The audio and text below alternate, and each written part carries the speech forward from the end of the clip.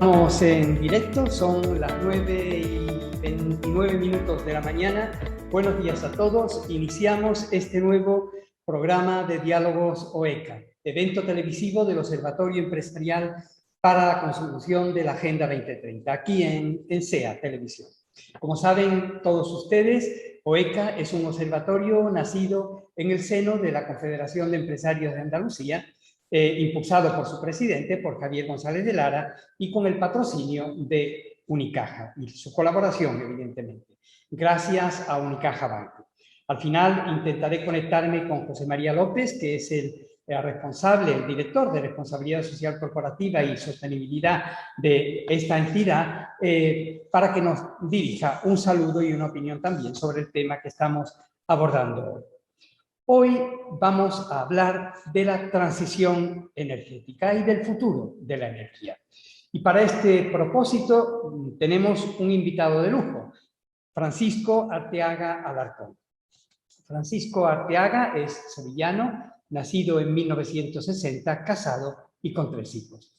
Es licenciado en Ciencias Económicas y Empresariales por la Universidad de Sevilla, diplomado en Alta Dirección de Empresas y Alta Dirección de Empresas Líderes por el Instituto Internacional San Telmo y también por el IES. Ejerció como auditor de la firma Price Waterhouse desde 1983 hasta 1986. Más tarde ingresó en la Compañía Sevillana de Electricidad en diciembre, desempeñando distintas responsabilidades y formando parte del gabinete de presidencia con distintos cargos. En 1994 es nombrado director de la compañía. En junio de 1997 fue designado director económico financiero de la ya sevillana Endesa. Desde el 99 ocupa distintos cargos en la dirección de Endesa, etapa que culmina como administrador delegado de Endesa Distribución Eléctrica y subdirector general de Endesa Red.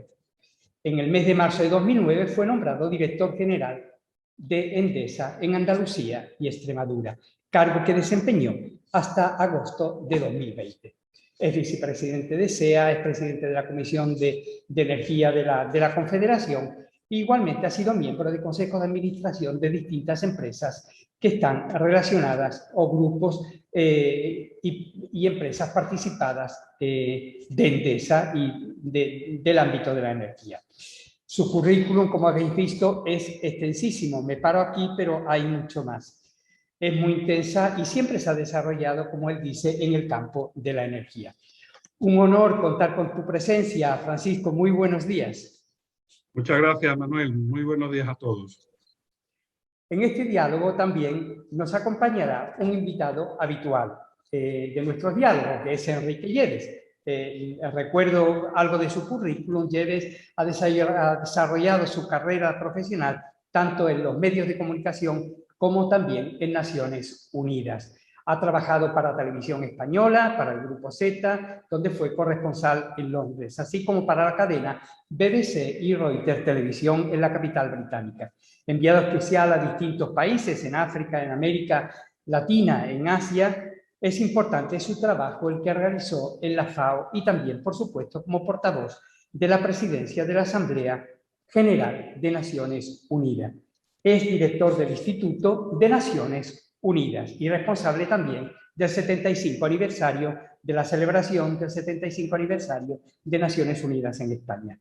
Buenos días y gracias por tu presencia, como siempre, Enrique. Buenos días, Manuel. Un placer estar aquí en este diálogo y conversar contigo y con Francisco sobre un tema que está realmente de actualidad, de moda, el tema de la transición energética.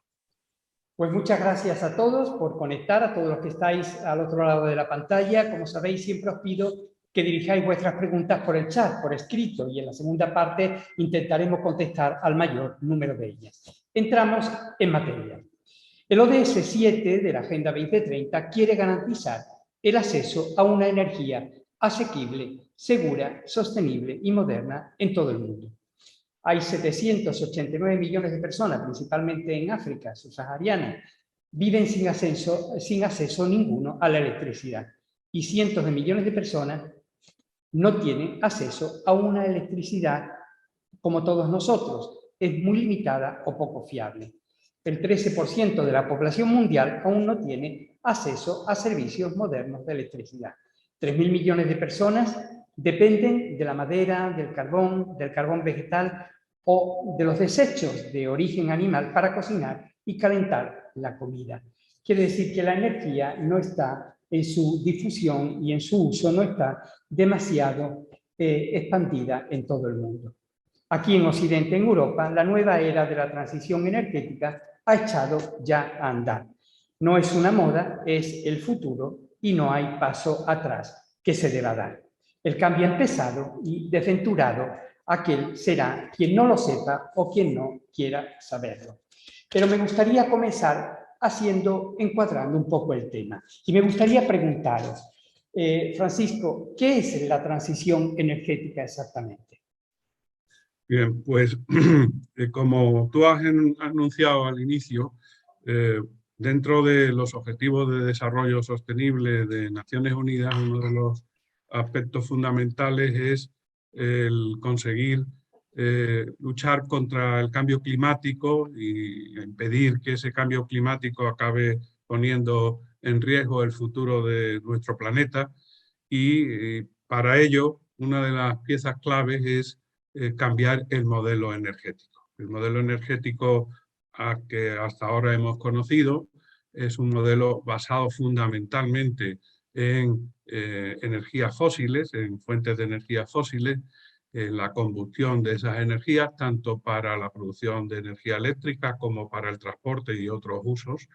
Y ese modelo, con el incremento de la demanda de energía a nivel mundial, porque aunque hay muchas zonas que todavía no tienen acceso, como también indicabas, a una energía abundante, suficiente y a precios razonables, pues hay un incremento sustancial en el consumo que hace que ese camino que íbamos siguiendo pues pudiera llevar a un camino sin retorno y a unos resultados fatídicos para la humanidad.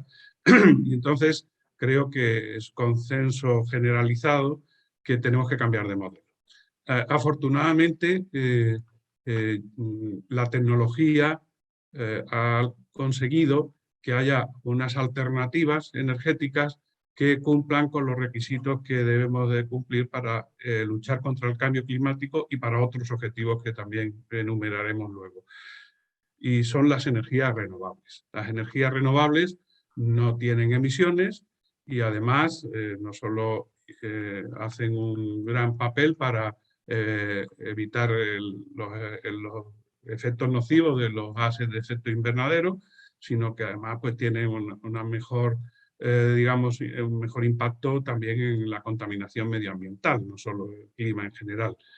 Y además, con la evolución que ha llevado a lo largo de los últimos años, pues se están convirtiendo en energías económicamente viables, muy viables. Por tanto, es un cambio de modelo energético que de basarse en el carbono, en las emisiones de gases que producen las energías fósiles, las formas distintas de consumo que tienen, a un modelo sin emisiones. Y ese cambio, ese camino, tú también lo has indicado, es un camino difícil, un camino no exento de problemas.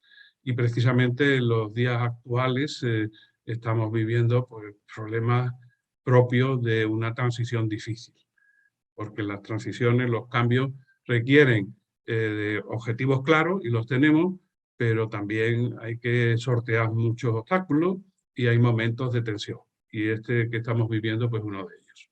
Exactamente. Enrique, ¿cómo se ve, cómo lo está enfocando Naciones Unidas esta transición energética? Hombre, yo creo, vamos a ver, que estoy totalmente de acuerdo con la introducción que habéis hecho los dos. Naciones Unidas ha liderado precisamente ha abanderado esta reacción de la comunidad internacional con el tema de los Objetivos de Desarrollo Sostenible. ¿Qué es la transición energética? Fundamentalmente hemos llegado ya a un consenso, salvo de los negacionistas, de que el cambio climático es un tema muy importante, uno. Dos, que es hecho por el hombre, está causado por el hombre, y la transición energética es la respuesta de la comunidad internacional a esos problemas. Es decir, ¿cómo vamos a solucionar esto? A través de la transición energética. Y en eso también hay un cierto consenso a nivel global. ¿Cómo se implementa? Eso es una cosa que ahora iremos viendo poco a poco, es donde empiezan un poco las complicaciones, pero desde Naciones Unidas está claro que el espaldarazo a la transición energética a nivel mundial está siendo liderada precisamente por la organización, por la ONU. Francisco, como tú decías antes, parece que estamos en el fin de la era de los combustibles fósiles. El carbón está en decadencia en todo Occidente, al parecer, y su pico de consumo mundial se alcanzó en 2013. El consumo de petróleo, en cambio, ha seguido creciendo hasta 2019. ¿Cómo es la situación actual, concretamente, con los combustibles fósiles? Pues la situación actual es un poco paradójica, ¿no? En el sentido de que, como bien decía Enrique, hay un amplio consenso hacia dónde tenemos que evolucionar, pero precisamente durante ese camino, que no es un salto al vacío, pues seguimos dependiendo de esos combustibles fósiles. El consumo de petróleo y de gas y de carbón en menor medida pues sigue siendo necesario para que la humanidad siga funcionando. Lo que tenemos que conseguir es acelerar en la medida de lo posible el desarrollo de otras fuentes de energía y de otras formas de usar la energía más eficiente, y también en otros sectores, porque no olvidemos que la agricultura y ganadería, o otro tipo de emisiones que están produciendo también impacto en el clima, pues también hay que reconducirlo. En todo caso, esas energías, esas fuentes energéticas no están condenadas tampoco a ser, digamos, estigmatizadas. El petróleo tiene muchísimos usos más nobles que el de quemarlo, y que si también lo gestionamos bien, pues puede seguir siendo muy útil para la humanidad. Ahí se abre otro melón que no sé si debemos desviarnos mucho, pero que es necesario mencionar. No se trata solo de la energía, se trata de la protección del planeta en general, y la producción y el consumo y el uso inadecuado de plásticos y de otros productos derivados del petróleo y de esas fuentes naturales, pues pueden dar lugar a contaminación y a deterioro del planeta, que también hay que evitar. Y por tanto eso se enmarca, y yo creo que Naciones Unidas lo ha acertado plenamente en la definición de los objetivos de desarrollo sostenible y en todo el enfoque que ha dado a esta cuestión, se enmarca en lo que llamamos la economía circular. Y que no me resisto a dar una pincelada en el sentido de que si nosotros vamos en línea recta, en un modelo de incremento del consumo, la población mundial crece, las necesidades de esa población mundial crecen, el derecho de todos los ciudadanos, de todas las personas que viven en este planeta a tener una vida con unos mínimos de calidad, de salud, de bienestar adecuados, pues hace que cada vez se demanden más productos y servicios.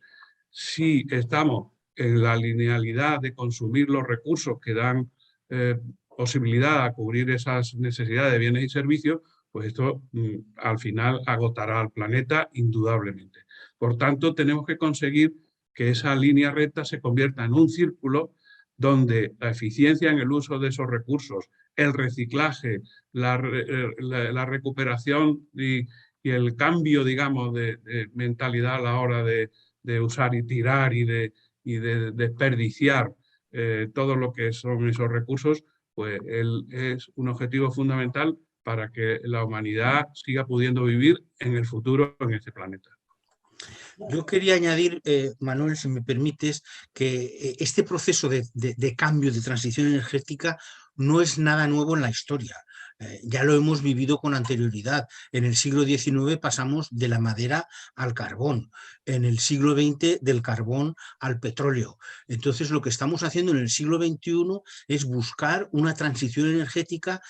Digamos que la novedad es, como señalaba antes Francisco, que la novedad es que tienen que ser energías que al mismo tiempo estén cuidando al planeta. O sea, en el pasado el impacto del hombre sobre los recursos no había sido evaluado con tanta importancia como lo tenemos en estos momentos. Entonces, de lo que se trata es de vivir una transición energética, pero que sea respetuosa con el planeta, que es en el fondo lo que vienen a decir los Objetivos de Desarrollo Sostenible, por un lado, y por otro, como repito, señalaba Francisco, no es solamente la transición energética. Estamos dentro de una serie de políticas globales que lo que tienen que hacer es que el impacto del hombre sobre el planeta no sufra una degradación tan grande como para eliminar el planeta y sobre todo que pueda ser sostenible para el futuro, para las generaciones, para nuestros hijos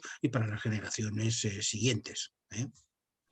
¿Tiene mejores perspectivas el gas natural? Es decir, porque de alguna manera va a sustituir parcialmente al carbón. ¿Cuál es el futuro del gas natural, según vosotros? Bueno, en mi opinión, el gas natural es un aporte fundamental en ese camino que estamos recorriendo.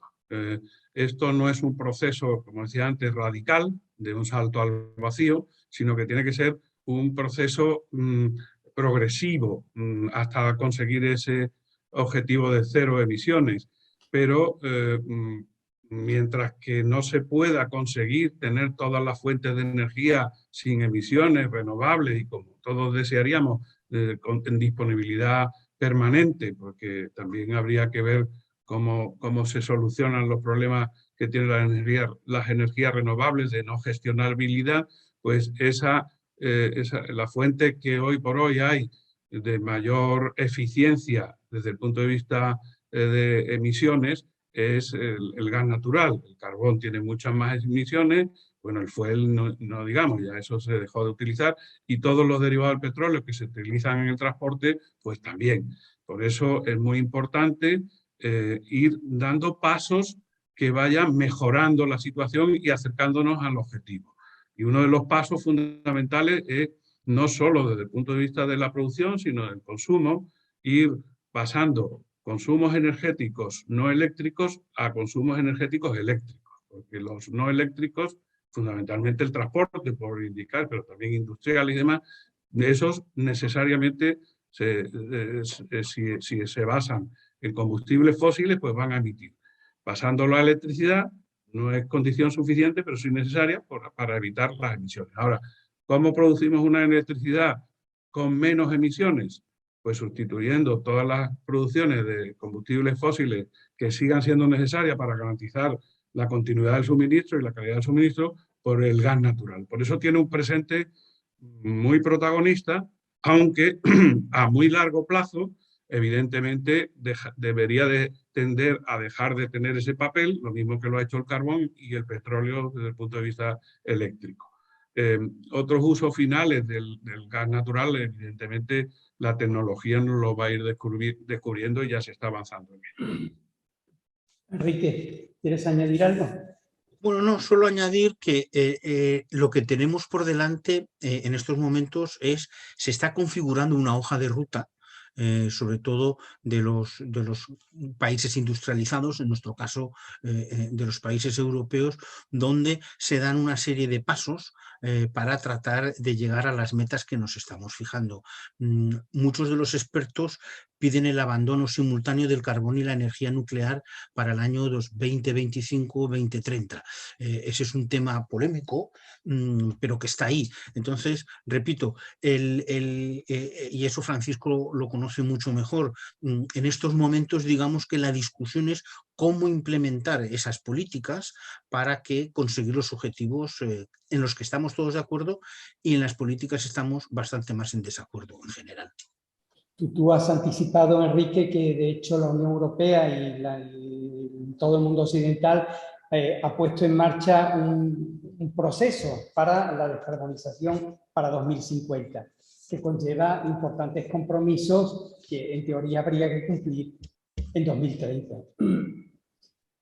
Tanto el Pacto Verde Europeo como el programa Next Generation constituyen este fuerte compromiso con la transición energética y la neutralidad climática. ¿Sois optimistas o pesimistas? ¿Creéis que llegaremos o no? Pues yo, por naturaleza, soy optimista. Yo creo que podríamos ser pesimistas si hubiéramos llegado a este momento sin haber avanzado en nuevas tecnologías que nos provean de alternativas. Si damos simplemente un paso atrás, y hace poco más de 10 años, en España se estaba promocionando la energía renovable y había que pagar por la fotovoltaica 500 y pico de euros el megavatio hora. Y ahora la fotovoltaica está en 40 o menos. La eólica también ha seguido una curva de aprendizaje estupenda. Entonces, yo creo que la mala noticia es que tenemos poco tiempo para reaccionar. La buena noticia es que tenemos herramientas para reaccionar, que antes no las vislumbrábamos o no las teníamos tan claras. Entonces, yo soy optimista, aunque obviamente las noticias que cada día vemos de la elevación de la temperatura media del planeta, pues nos hace tener que ser muy conscientes de que esto no es un tema para dejarlo siempre para luego. Esto es un tema de hoy, de actuar ya. Que teníamos que haber actuado antes, por supuesto, pero eso no arregla ya nada. Tenemos que actuar ya y tenemos que seguir ese camino y esa hoja de ruta que comentaba Enrique, pues con decisión y con firmeza. Ahora bien, también hay que ser sensatos y evidentemente en ese camino que es la transición energética es como si vamos en una carretera de montaña y tenemos a un lado pues una pared de la montaña donde si nos desviamos nos chocamos con ella, pero al otro también tenemos un precipicio, un barranco por el que nos podemos despeñar. Si vamos demasiado rápidos, podemos tener accidentes. Si vamos demasiado lentos, podemos no llegar a tiempo a evitar esos efectos tan nocivos del cambio climático. Luego tenemos que ir con equilibrio, con prudencia, pero con decisión, con firmeza. Y en ese sentido, Enrique apuntaba algo que es muy interesante, que habría un debate completo sobre ello, que hay energías que no emiten, como es la energía nuclear, que tiene otros problemas que yo no los discuto, pero que evidentemente lo que tenemos que saltar cuando tengamos paracaídas. Y hay que intentar ser prudentes a la hora de dar saltos en el vacío. De hecho, las tensiones que estamos viviendo en este año pues pueden estar derivadas en alguna medida de que se hayan tomado decisiones que no veo desacertadas, ni mucho menos, pero que no hubiéramos ponderado suficientemente qué efecto podría tener en los mercados. Porque al final, cuando tú concentras la demanda en un determinado producto, en este caso el gas natural, y además es un producto que está desde el lado de la oferta, pues un oligopolio de oferta de países, por así decirlo, que precisamente no son los países, digamos, más de corte occidental y con democracias consolidadas y, por tanto, con ciertos riesgos de veleidades, de usar ese arma estratégica, pues pasa lo que pasa. Por tanto, la energía nuclear, que hasta ahora está haciendo un aporte importante, no digo que no tengamos que ir evolucionando hasta su sustitución, pero también hay que ser prudentes a la hora de tomar decisiones en ese sentido. Llegaremos, Enrique, tú eres optimista. Evidentemente, con muchos de los objetivos de desarrollo sostenible no vamos a llegar, porque será difícil en 2030 acabar con la hambre en el mundo, con la pobreza, etcétera. Con la energía, esta transición energética, ¿crees que llegaremos o no? Bueno, yo también soy optimista, pero eso no deja de ser que debamos de ser críticos con la situación. Y como decía con anterioridad, hasta ahora vamos por pasos. Primero nos hemos puesto de acuerdo en que realmente el cambio climático es un problema fundamental. Segundo, cómo solucionarlo.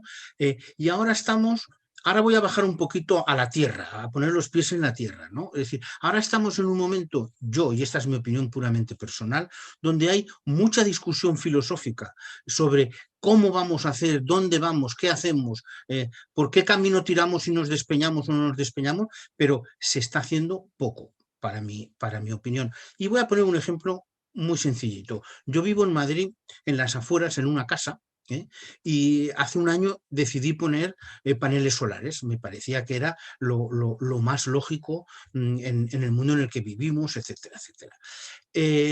Desde el punto de vista económico, es una ruina.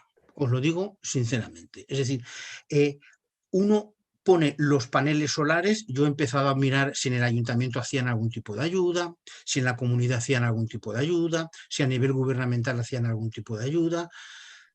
Te dejan a ti para que tú hagas esa inversión, que para un privado no es poco, que recuperas en 5, 6 o 7 años. Esos son los cálculos para recuperar.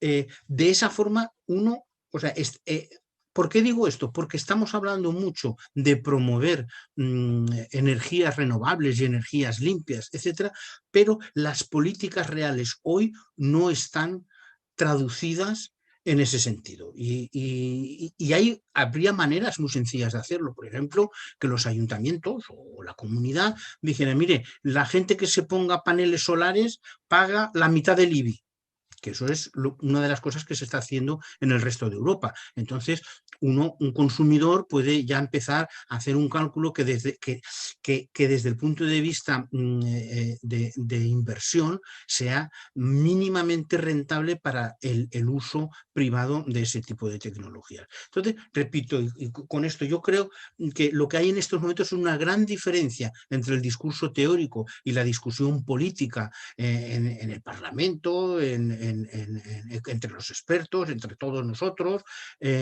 pero todavía estamos muy lejos de que esa implementación llegue al ciudadano de a pie. Doy un salto, porque me gustaría aprovechar para hablar también de geopolítica, porque tengo la impresión de que estos cambios, esta transición va a traer cambios también por la dependencia también económica y estratégica, y que va a redefinir incluso las potencias dominantes, creo, es una visión que tengo. ¿Dónde se situaría nuestro país y dónde se situaría Europa en este sentido?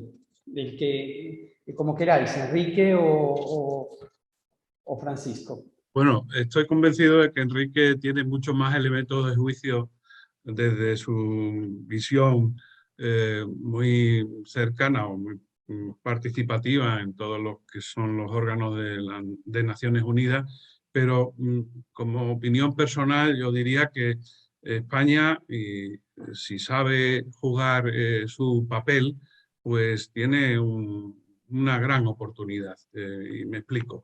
España es una economía que tiene su importancia, pero que a nivel mundial pues está entre el 2 y pico por ciento de peso a nivel mundial, y en población pues no llega ni al 1. Entonces no podemos aspirar a que sea un gigante como puede ser Estados Unidos, como puede ser China o algunos países emergentes como la India, que en el futuro pues tendrán un papel muy importante también. Pero por eso hay que verlo desde la perspectiva de la Unión Europea. La Unión Europea sí puede y debe y tiene un peso específico importante. Yo no creo que haya que buscar ir contra ningún agente que pueda tener un peso actual porque disponga de unos recursos determinados. Yo creo que hay que intentar que la humanidad avance en su conjunto y que todos vayan también avanzando, no solo en ODS en general, sino en derechos humanos y en respeto a la vida y a las personas, ¿no? Pero yo creo que Europa tiene un gran papel en el sentido de que es un ejemplo a seguir en cuanto a eficiencia, en cuanto a tecnología, en cuanto a compromiso con estos objetivos, y al mismo tiempo es un continente que tiene recursos naturales que pueden ayudar o pueden contribuir a a ese cambio.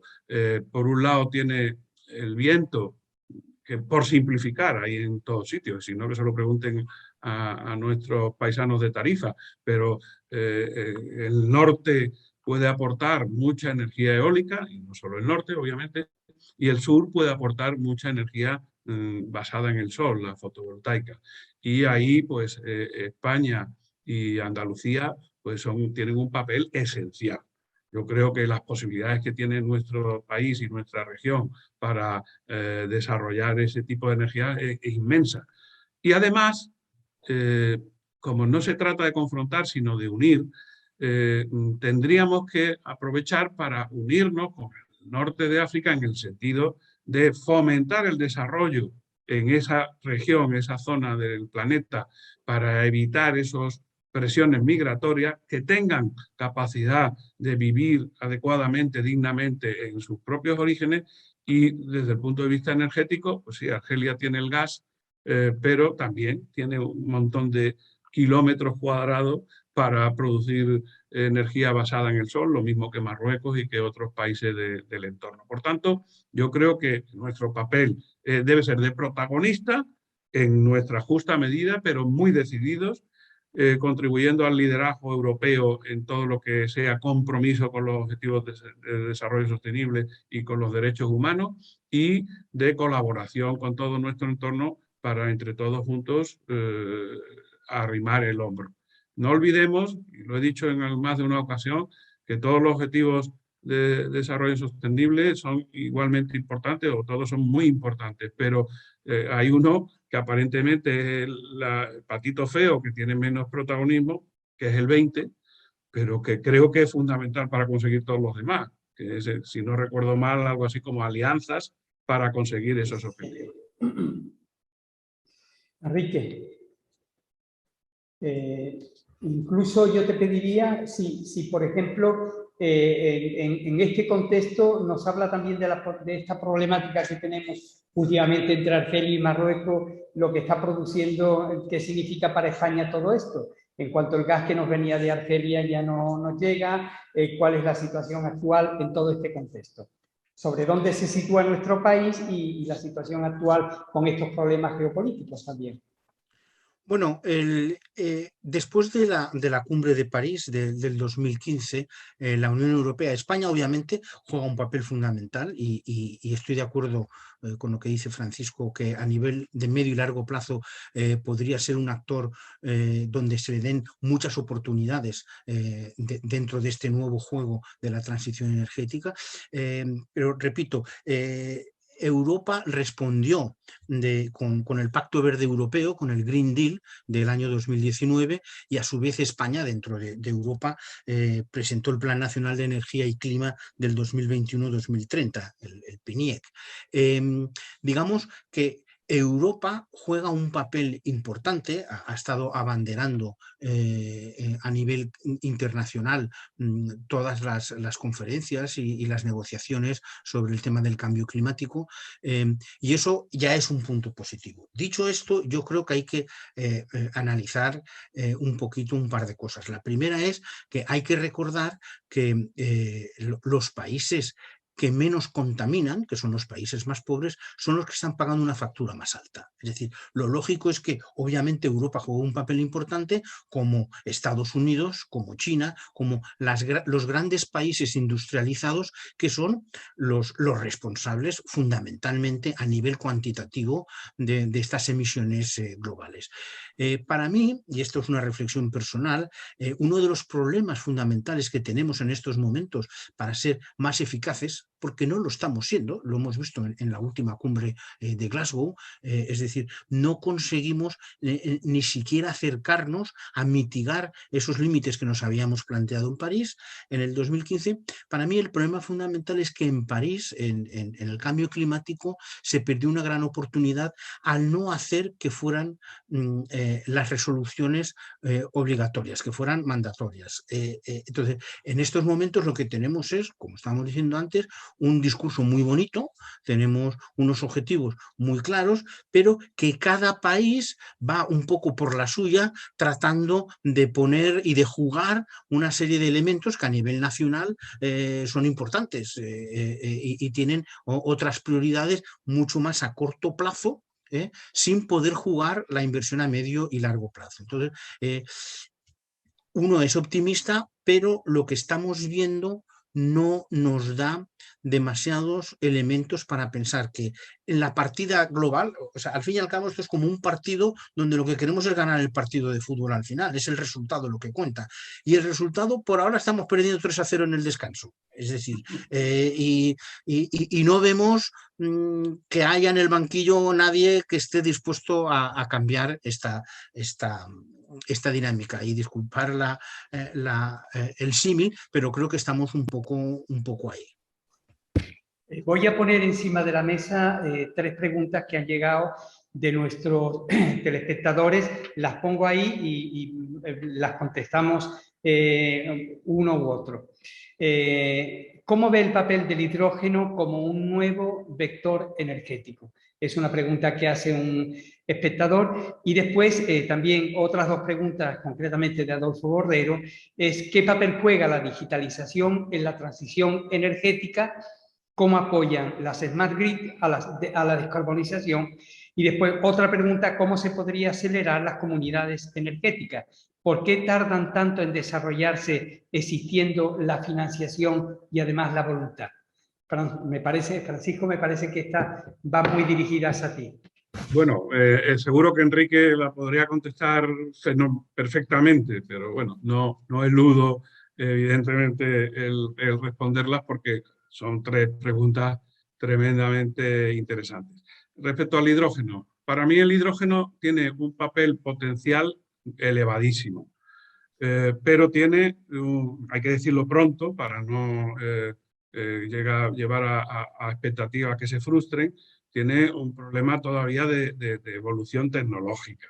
Es decir, el hidrógeno sería un instrumento ideal para la gestión energética.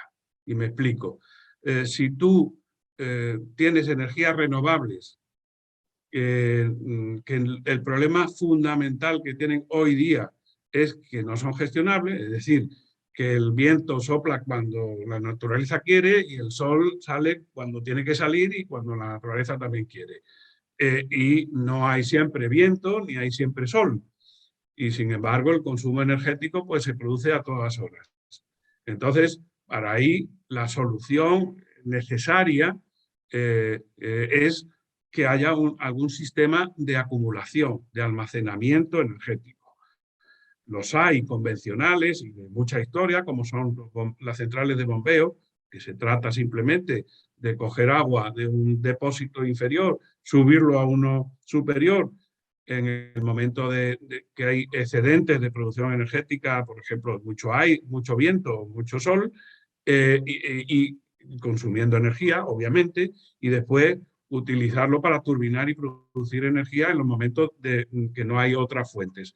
Esto yo creo que es una vía que tenemos que seguir desarrollando. Están las baterías de almacenamiento, pero todavía tienen un coste muy elevado. Y está el hidrógeno como vector de que si tú conviertes energía eléctrica, porque para producir hidrógeno es fundamental utilizar un proceso que consume energía eléctrica. Si tú conviertes energía eléctrica a unas horas determinadas que hay sobrante o abundancia en hidrógeno, pues lo podrás utilizar con mucha más versatilidad y además con otra ventaja, y es que también sería utilizable no solo en consumo fijo, sino en móviles, en el transporte, que es una de las madres del cordero de toda esta ecuación, ¿no? Entonces, le veo un papel fundamental, pero todavía tiene que producirse un desarrollo tecnológico que, como ha seguido las energías renovables, pues tenga una curva de aprendizaje que les permita conseguir costes competitivos para ese sistema. Eso en cuanto al hidrógeno. En cuanto a las Smart Grid, para mí me parece otro aspecto esencial y me parece muy acertada la pregunta, porque todo esto y la digitalización es fundamental para que esto funcione. Esto no es una hoguera que enciendes en una chimenea. No, no, esto es un sistema que tiene que estar interconectado, que tiene que gestionar millones y millones y millones de datos para que no puede estar sometido a la operación manual permanente, sino para que haya automatismos interconectados que permitan que el sistema funcione adecuadamente. Yo creo que las Smart Grid y la digitalización es un papel, una clave esencial para que todo esto funcione. Y me parece que tenemos que seguir invirtiendo y apostando por su desarrollo.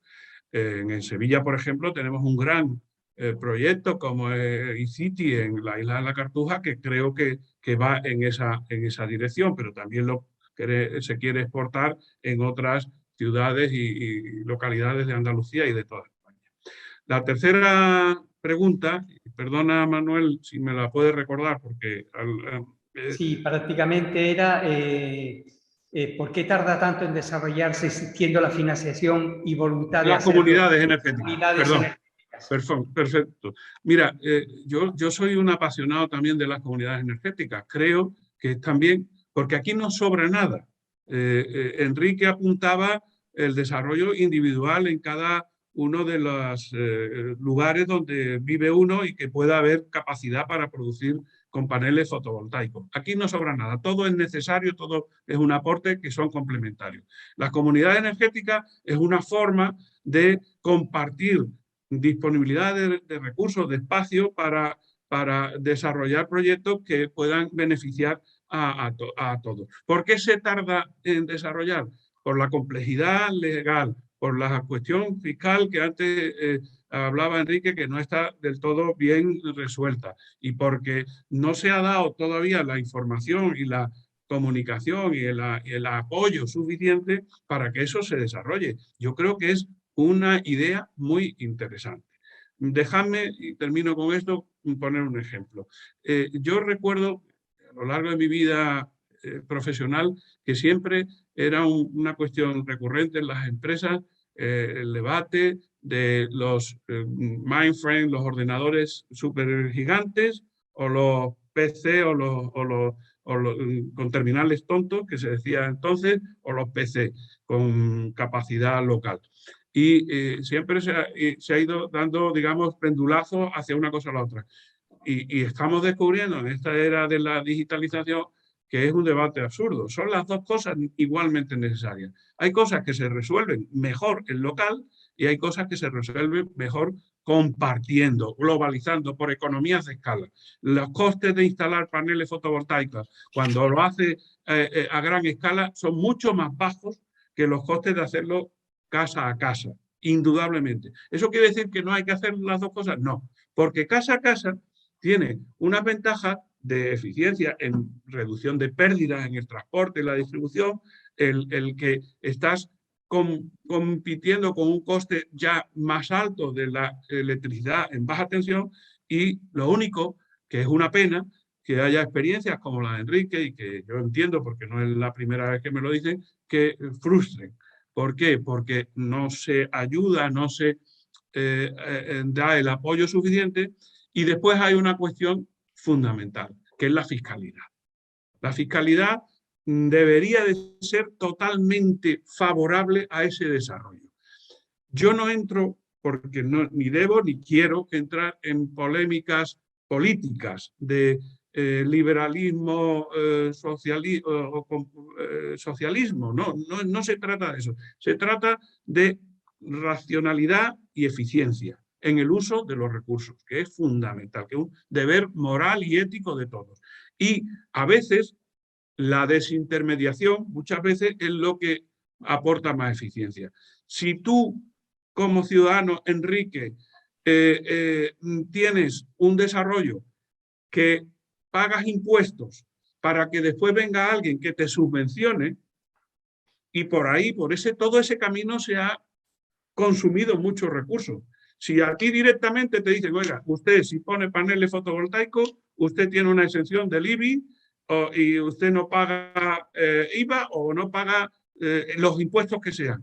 Usted directamente ha fomentado el uso y lo ha hecho mucho más atractivo sin consumir en tantos circuitos de gestión de esas subvenciones y de esa recaudación.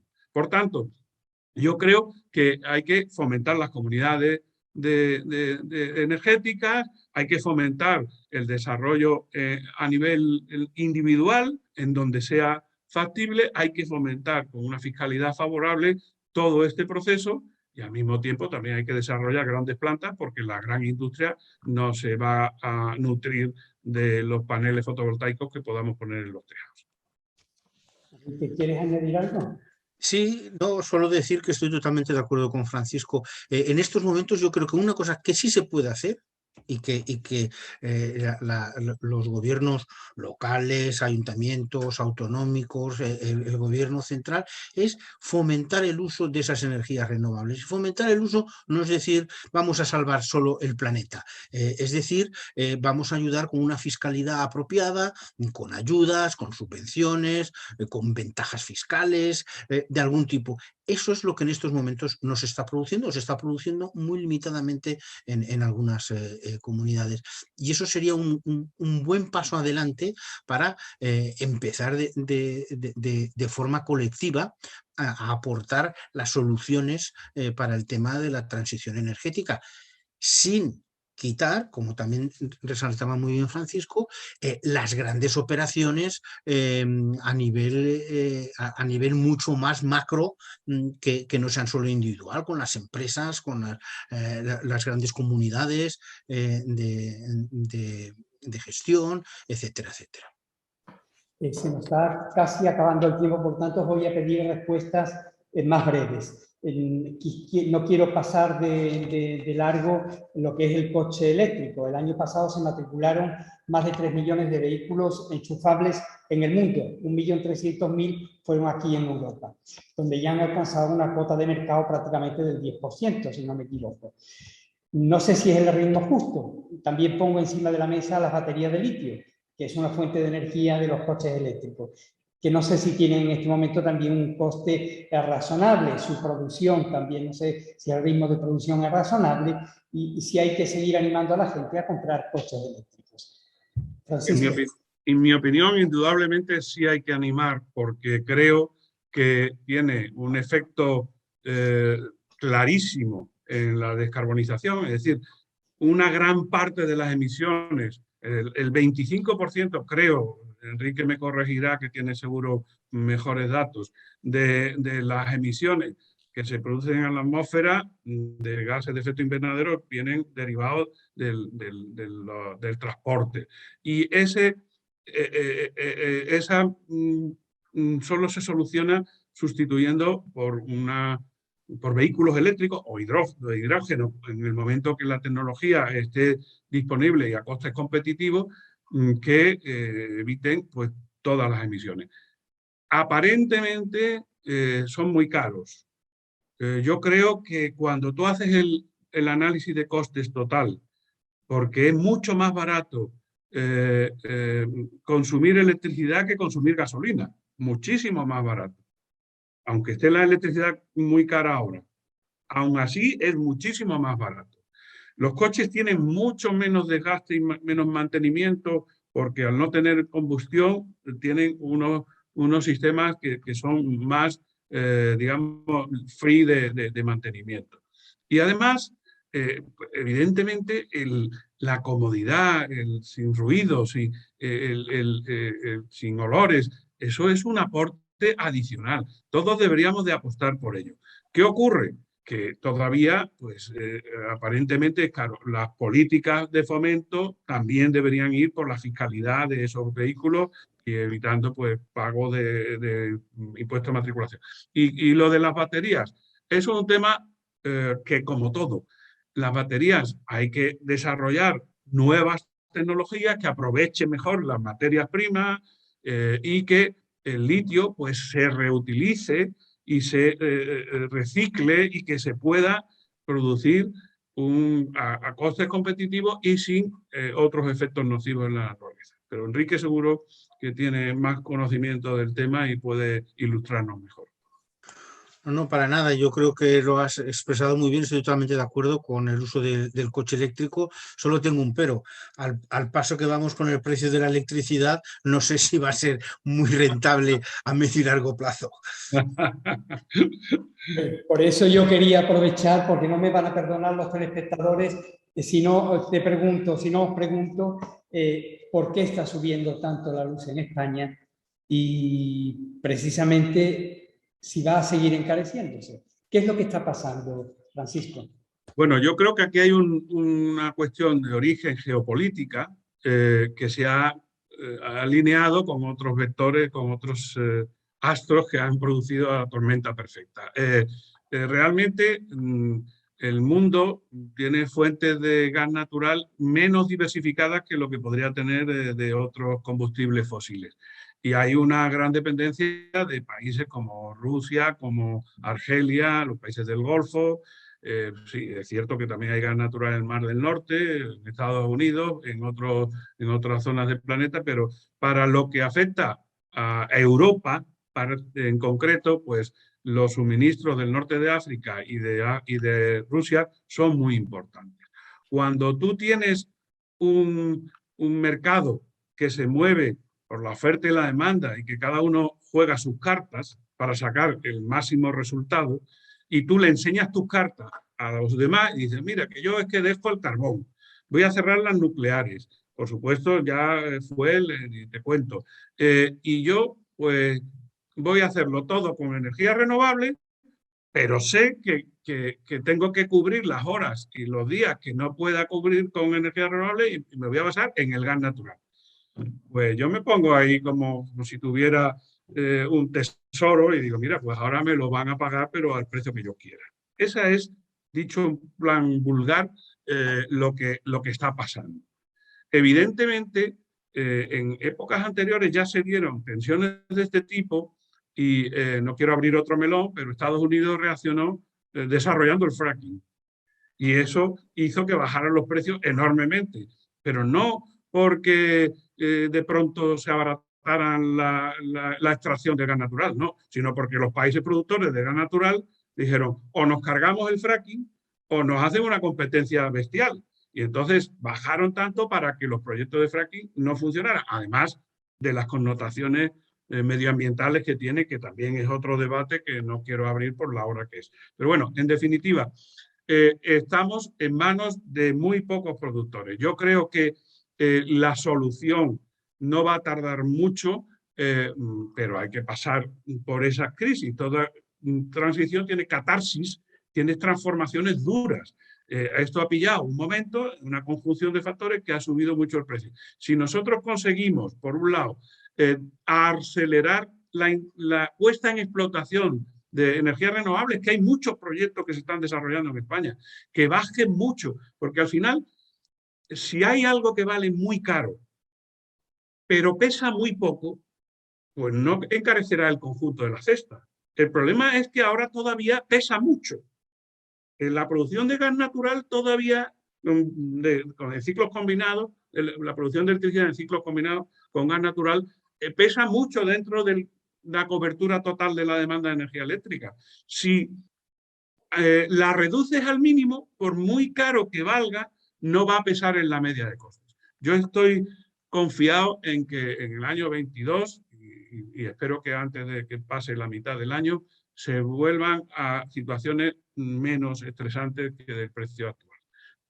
Ojalá mi optimismo se cumpla. Después os pediré, al final os pediré un mensaje final, pero ahora quiero quiero conectarme con José María López, que es el director de Responsabilidad Social Corporativa y Sostenibilidad de Unicaja, que no sé si ha seguido, ha seguido todo el coloquio. José María, danos tu opinión desde tu entidad financiera. Buenos días, gracias Manolo. Claro que he seguido el coloquio, que yo más que de coloquio calificaría como de debate, porque realmente se ve que las posiciones no están ni mucho menos cerradas. Paradójicamente, en el caso de la energía, de las emisiones de carbono, esos intangibles que no se ven, pero que dan cancha a un debate intenso, cuando quizá en realidad el tiempo que tenemos para actuar, tanto desde el sector público como desde el sector empresarial, es bastante limitado. Por añadir algo, creo que se ha dicho todo, pero alguna reflexión desde el punto de vista más del sector empresarial, incluso del sector financiero.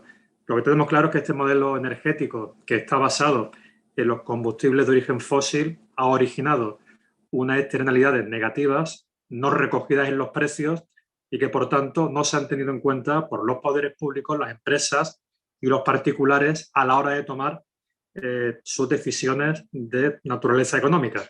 Claro, ahora nos encontramos en la transición. Me encantaría entrar en el terreno de la geopolítica, pero no lo hago. Desde luego el análisis geopolítico es apasionante. Luego cosas de más ir por casa, familias, empresas, el precio de la electricidad, que se incrementa, entre otros motivos, por esta transición energética que estamos atravesando y, por supuesto, el debate sobre la energía nuclear.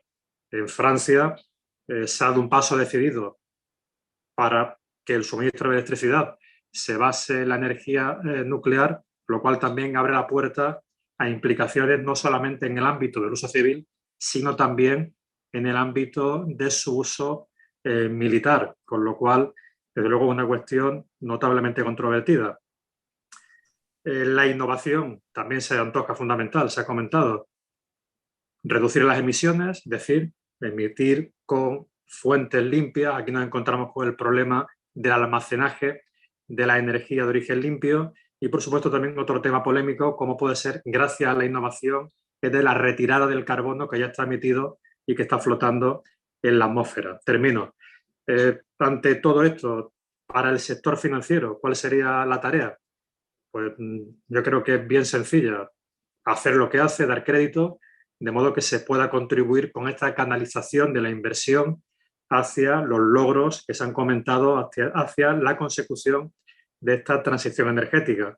Desde luego, canalizar la inversión hacia el sector de las infraestructuras, el de la innovación, el de la economía circular, que también lo comentó Francisco. Yo creo que esto lo tenemos claro, tanto con el Caja Banco como en el sector financiero de España y de la Unión Europea en su conjunto. Y, por supuesto, lo he dicho otras veces, lo repito, no cortar la financiación ni mucho menos a las empresas más contaminantes. Se trata de acompañarlas en esta transición para que puedan alcanzar la neutralidad. Ojo, no solo las grandes corporaciones, esto también va a afectar a las pymes en una etapa algo posterior, pero desde luego también va a ser un reto para ellas. Y para terminar, simplemente aludo a un mensaje que yo creo que también en ocasiones en lo que nos afecta al sector privado, sector financiero, pero también al sector no financiero, en el sentido de que, como dijo hace unos días la subgobernadora del Banco de España, que está muy alineada con todas estas cuestiones, el mandato para que podamos acometer la transición energética, no lo olvidemos, tiene que venir de los poderes públicos. Al final, el sector privado es un agente, puede estar comprometido, como sin duda lo está, que aquí lo tenemos claramente con el ejemplo de OECA, pero tengamos un mandato claro que nos indique el camino que tenemos que seguir, que luego nosotros, sector financiero y empresas, haremos la parte que nos corresponde. Muchas gracias.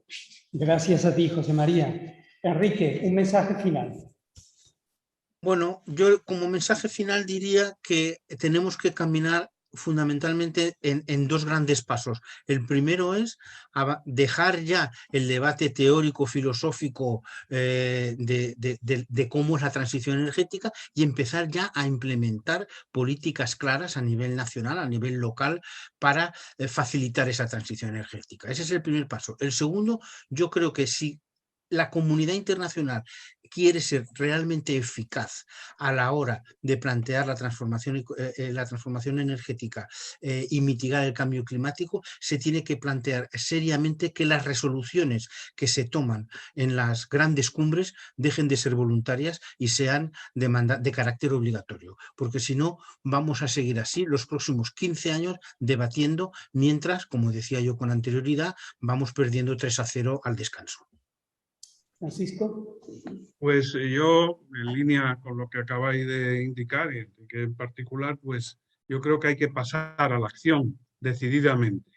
Llevamos apelando, fijaos, a la COP25 de París, como referente. Fue un gran avance, pero después las otras COP apenas se recuerdan. ¿Por qué? Porque no hemos conseguido concretar en acciones esos propósitos. Por tanto, pasar a la acción que atañe a los gobiernos, por supuesto, y a todos. Todos tenemos que estar involucrados, haciendo gestos que uno a uno son granitos de arena, pero todos, un grano no hace granero, pero ayuda a su compañero.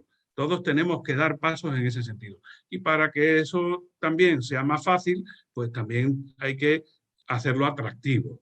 Creo que los gobiernos tienen que hacer atractivo el cambio a un uso energético mucho más racional. Y para eso, para mí, la vía es la fiscalidad.